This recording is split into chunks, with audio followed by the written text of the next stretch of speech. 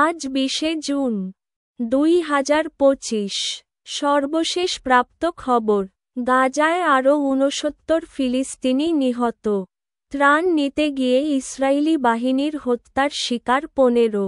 ইসরায়েলের হামলায় সন্তান হারিয়ে কান্নায় ভেঙে পড়েন গাজার এই নারী। ফিলিস্তিনের গাজায় ইসরায়েলি সেনাদের হামলায় আরও 69 ফিলিস্তিনি নিহত হয়েছেন। এদের মধ্যে ত্রাণ নিতে গিয়ে ইসরায়েলি বাহিনীর গুলিতে 15 জন নিহত হয়েছেন। এই সময় আহত হয়েছেন অন্তত 221 জন। আজ বৃহস্পতিবার গাজার স্বাস্থ্য মন্ত্রণালয় এ তথ্য জানিয়েছে।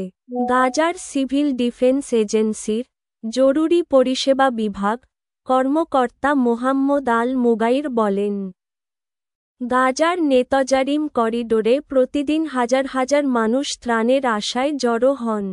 গতকালও তারা ত্রাণের অপেক্ষায় ছিলেন। এমন সময় ইসরায়েলি সেনারা গুলি চালিয়ে 15 জনকে হত্যা করে।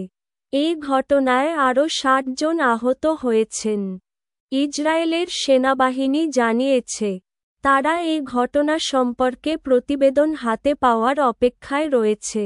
বাসাম আবু শার নামের একজন প্রত্যক্ষদর্শী বলেন, যুক্তরাষ্ট্র ইসরায়েল পরিচালিত ত্রাণ বিতরণ কেন্দ্রের পাশে রাতভর হাজার হাজার মানুষ অপেক্ষা করছিলেন। স্থানীয় সময় বুধবার দিবাগত রাত 1টার দিকে ইসরায়েলি সেনারা তাদের ওপর গুলিবর্ষণ শুরু করে। এক পর্যায়ে সাঁজোয়া যান, বিমান ও ড্রোন দিয়েও হামলা করা হয়। গাজার স্বাস্থ্য মন্ত্রণালয় জানিয়েছে, 2023 সালের অক্টোবর থেকে এখন পর্যন্ত ইসরায়েলি বাহিনীর হামলায় 55,706 ফিলিস্তিনি নিহত হয়েছেন। এই সময় আহত হয়েছেন 1,30,101 জন।